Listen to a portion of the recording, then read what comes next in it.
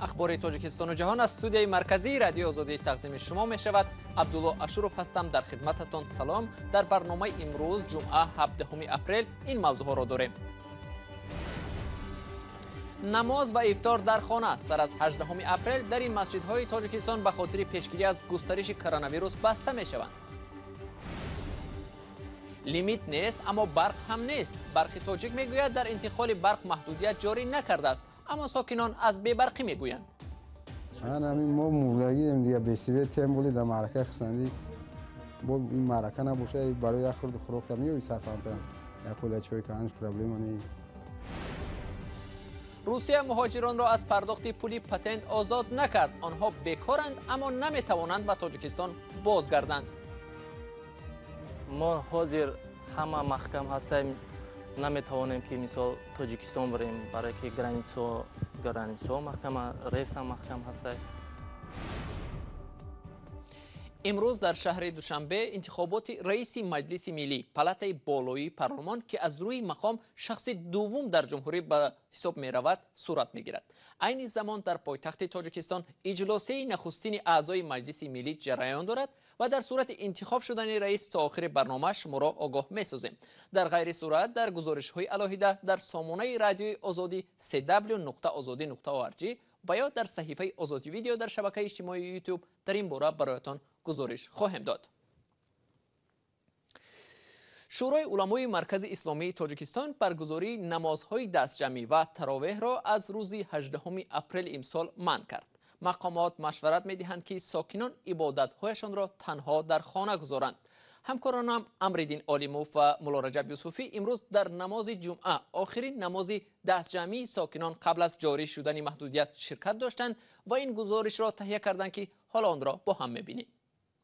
این شاید آخرین نماز جمعه است که در هفته‌های نزدیک در مسجدهای تاجیکستان خوانده می شود. شورای علمای تاجیکستان اعلام کرد که از فردا 18 اپریل گذراندن نمازهای جمعه 5 وقته و نماز تراویح در مسجدهای تاجیکستان موقتا منع کرده می شود. فعلا معلوم نیست که این تصمیم تا کی ادامه می‌کند، چون شورای علما گفته است تا به اعتدال آمدن وضعیت در این مسجدهای تاجیکستان بسته خواهند بود. شورای علما همچنین در اطلاعیه خود گفته است بجز از منع نماز در مسجدها در ماه رمضان از برگزار نمودن همه گونه جمع آمد از جمله تراویح، افطار، عیدگردک و دیگر معرکه ها منع کرده شود. آغاز ماه رمضان فعلا معلوم نشده است، ولی شورای علما گفته است وابسته به روزه‌داری توصیه‌های خود را قبل از آغاز رمضان پخش می‌کند. در 2 ماه اخیر این بار دوم است که مسجدهای تاجیکستان بسته می‌شوند و سپس گشوده می‌شوند. پیش از این روز 5 مارس مسجدهای تاجیکستان موقتا بسته شدند و در آنها بجز از نماز جنازه برگزاری دیگر نمازها اجازه داده نمی‌شد، ولی روز 19 مارس مقامات دوباره در این مسجدها را باز کردند. شورای علما گفته است تصمیم قطع نماز در مسجدها از روی تجربه کشورهای دیگر اسلامی از جمله عربستان، ترکیه، ایران و پاکستان گرفته شده است. حتی حرم بسته شده است. حرم خانه خدا به خاطر چی؟ به خاطر امن و امنیت ملت و وطن و جهان. و همون خاطر یگان مشکلی نداره. ان شاء الله که هر کی نمازخانه خانه خودش نمازگذاری میگیره، مثلا که و با کسل که برطرف شد میشه که ان شاء الله با درهای مسجد باز شود و با خوانده شود ان شاء الله. پیشگیری کرونا ویروس چیزی که قانون میگه ما واید ریزاییم، ما چی دیگه طلب نداریم جناب. مقابلان این امر باشند بین عقیدند که اگر واقعا خطر کرونا ویروس جای دارد چرا در برابر مسجدها در بازار و مغازه ها نیز بسته نمیشوند. در تاجیکستان به اطلاع وزارت تندرستی تا حال یگان حالت سرایتی با کرونا ویروس به قید گرفته نشده است، هرچند مرگ چند ساکن ولایت سوخت و یک ساکن ولایت ختلان در روزهای اخیر بحث های را در این زمینه به میان آورده است. بینندگان عزیز، تفصیلات بیشتر درباره بسته شدن در این مسجدها در سامانه آزادی www.azadi.org قابل دریافت است.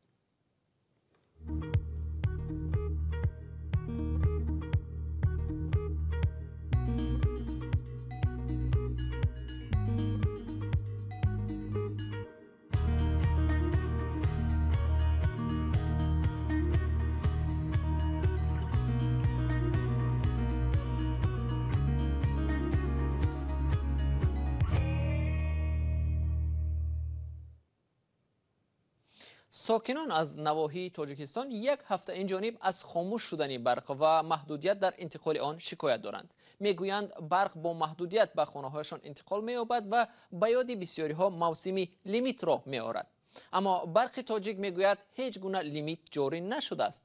در حالی که مقامات و ساکنان یکدیگر را رد می‌کنند، همکارانم تهمینه حکیموه و علیشیر ظریفی به خانه ساکنان دهات رفتند تا ببینند در شرایط نبود برق چی روزگاری دارند.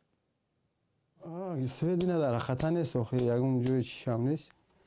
حوزه او اوقات در گاز رفته است، گاز میکنیم. در محله فیضبخش شهری ترسونزاده نزدیک 10 روز است که برق را قطع میکنند. ساکنان محله میگویند در یک شبانه روز تقریبا 9 ساعت به برق دسترسی دارند. چیزی عادی تماتی که میخری مثال در خالدینگ میمونی سفید میشه و بولشک خالدینگ برای هم قایقی هم چیز تازه بیسته حلالک بخری وقتی دیگه سفید چی دیگه چیکار میکنیش؟ برق منزلی سبوات حکیموه را در ساعت‌های گوناگون قطع میکنند. او میگوید زندگیش دشوارتر شده است. ایرا اینجا میمونم میخیل هر روز حالم همیه. اینا خوکستراش نگرفته. دیگه میمونم اینجاش در قربوی را میمونم. بعد علاوه در میتم. اوجاش اوقات مکان میکنیم جوش در اوی تورات چای تیار میکنم بعد میخره فرزندم تا سوی چیدن. سبوات تکی نمود چون برق نیست خانه‌اش نیز سرد است. اوجای در گلاکم هازی نه گریب شید تست نکردن اک نو خفه رفتنی اوی بنی سر شده. اسکندرشاه سعیدوف هفته روان معرکه خانه‌دارشوی دخترش را برپا کردن است ولی قطع نیروی برق و نبود ذخیره هیزم او را غرق اندیشه نموده است. ما مردگیم دیگه بیسیوی تیم بولی در معرکه خستندی بود این معرکه نباشه برای خورد خوراک میوی صرفانتا یا پول چوی که انش پرابلم نی. به برقی صاحبان بعضی کارگاه‌ها را نیز به تشویش گذاشته است. برادرمون نیست که ماشین اومدگی هم چختن. خط برق نه تنها در نواحی مرکزی بلکه در دیگر منطقه‌های کشور نیز جاری است. ساکنان با ارسال عکس و ویدیو به رادیوی آزادی از قطع نیروی برق در محله‌های خود شکایت می‌کنند. ولی ناظرجان یادگاری سخنگوی شرکت برق تاجیک میگوید لیمیت یا محدودیت برق جاری نشده است. با گفته او قطع نیروی برق به گذراندن کارهای تعمیری در خط‌های بلند شدت برق ربط دارد. در تاجیکستان محدودیت انتقال برق جاری کرده نشده است. در بعضی منطقه‌ها قطعی برق به گذراندن کارهای پروفیلاکتیکی در زیرستگاه‌ها و خط‌های بلند شدت و توسط خط‌های احتیاطی انتقال دادن برق وابسته بود. امروز یعنی از 16 اپریل سال 2020 کارهای تعمیری پروفیلاکتیکی در انشاءات اساسی انرژتیکی اساساً انجام یافتند و امکانیت می‌یابد که تامینات برق در تمام جمهوری به قطعنی عملی گردد. سال 2017 مقامات تاجیکستان لیمیت برق را بیکار کردند. بعد به کار در آمدن دو چرخه نیروگاه راغون امید ساکنان به دسترسی به برق بیشتر شد ولی این بهار نگرانی‌های از بی‌برقی صدا دادند. مهاجران مهنتی که در دوره کرانتین در روسیه بیکار و در وضعیت بد قرار گرفتند از مقامات این کشور می‌خواهند آنها را از پرداخت پول پتنت و انداز موقتا آزاد کنند. مبلغ ماهانه پتنت و یا اجازه کار مهاجران در شهر مسکو پایتخت روسیه 5350 روبل است. حاضر تنها در مسکو سر از میانه‌های مرد بیش از 200,000 مهاجر بیکار ماندند. گزارش تلویزیونی نستایش وریمه را همکارمان امردین اولیموف تقدیم می‌کند.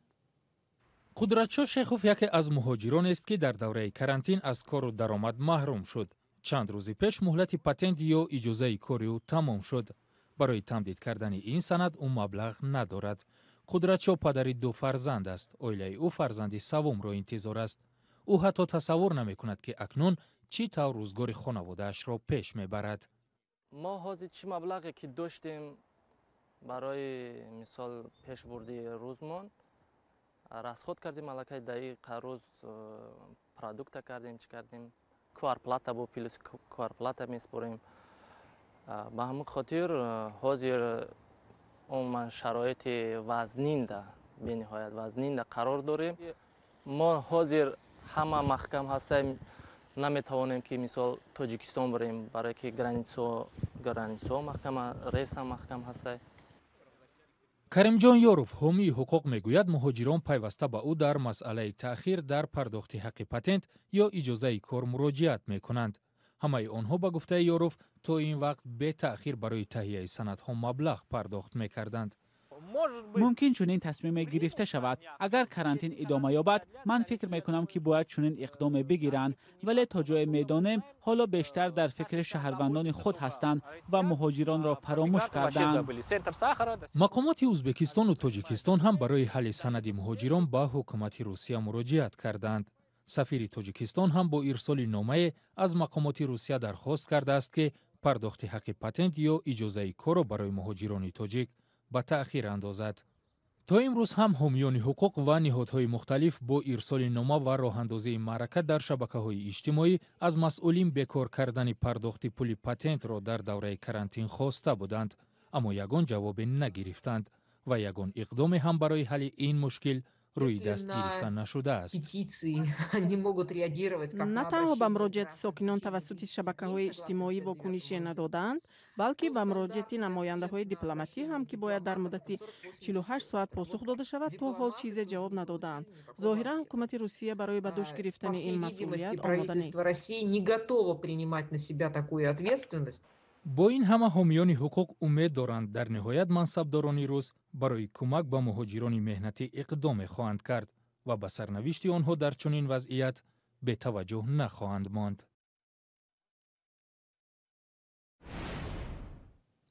در پسمنظر کمک‌های مالی سازمان‌های بین‌المللی به تاجیکستان، اتحاد اروپا نیز اعلان کرد که برای پیشگیری از پیامدهای بد بیماری کووید 19 و کاهش پیامدهای کرونا ویروس 48 میلیون یورو کمک می‌کند. این مبلغ‌ها به کجا صرف خواهند شد؟ شهلا عبداللهیوا گزارش می‌دهد. اتحاد اروپا برای پیشگیری و کاهش پیامدهای کرونا ویروس در تاجیکستان 48 میلیون یورو کمک خواهد کرد. در این باره میرلین یوزفسون، رهبر نمایندگی اتحاد اروپا در تاجیکستان، ضمن یک نشست در شهر دوشنبه خبر داد. همچون نماینده اتحاد اروپا میخوام قید کنم که با ویروس کووید 19 نه تنها با مبلغ‌های کلان بلکه با راه اندازی اقدام‌های مشخص باید مبارزه برد.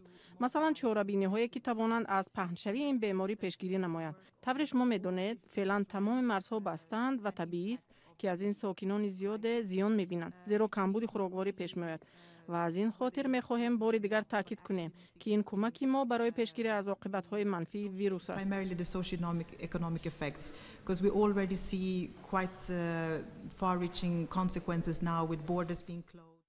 از مبلغ 48 میلیون یورو که از جانب اتحاد اروپا جدا کرده شده است، یک قسمت برای خریداری 64 تن محلول‌های دزینفکسیونی و لباس و لوازمات ضروری برای طبیبان پیش بینی شده است. مسئولین میگویند تطبیق کمک‌های بشردوستانه اتحاد اروپا تحت نظارت به واسطه نمایندگان بنیادی کودکانه سازمان ملل متحد یا یونیسف صورت میگیرد. ما در همکاری با وزارت تندرستی فعالیت میبریم. کار ما با پیشنهاد کمک تمام نمی شود، بلکه روند تقسیمات و استفاده آن را هم نظاره میکنیم. ما با وزارت تندرستی 25 سال باز همکاری داریم و امید داریم این همکاری ها ادامه خواهد یافت. مقامات تاجیکستان با اینکه میگویند در کشور سرایت کرونا ویروس به قید گرفتن نشده است، برای رفع خطرهای پاندمی از چند سازمان‌های مالی جهانی درخواست کمک کردند. تا به حال برای مبارزه با کرونا ویروس به تاجیکستان چندین سازمان و کشورها از جمله آلمان 1 میلیون یورو و بانک جهانی 11.3 میلیون دلار و آمریکا 866 هزار دلار کمک کردند. مقامات در تاجیکستان میگویند در کشور یگان حالت گرفتاری به کووید 19 ثبت نشده است، اما آنها رد نمی‌کنند که بحران کرونا ویروس به اقتصاد تأثیری بد می‌گذارد. بانک ملی تاجیکستان در یک گزارش اخیر خود گفت پهنشوی کرونا ویروس در منطقه می‌تواند بالاروی نرخ مال و محصولات‌های وارداتی، کاهش حجم سرمایه‌گذاری و پایین رفتن قرب پول ملی را در پی داشته باشد. بیننده عزیز، اینجا رسیدیم به پایان برنامه امروز. تشکر از شما که تا این لحظه ها با ما بودید. اخبار و گزارش های دیگر را در سامانه رادیو آزادی www.azadi.org می توانید مطالعه کنید و در صحیفه آزادی ویدیو در یوتیوب ببینید. روزهای استراحت خوب داشته باشید. تا ملاقات بعدی، خدا نگهداری هر یکی از شما عزیزان باشد.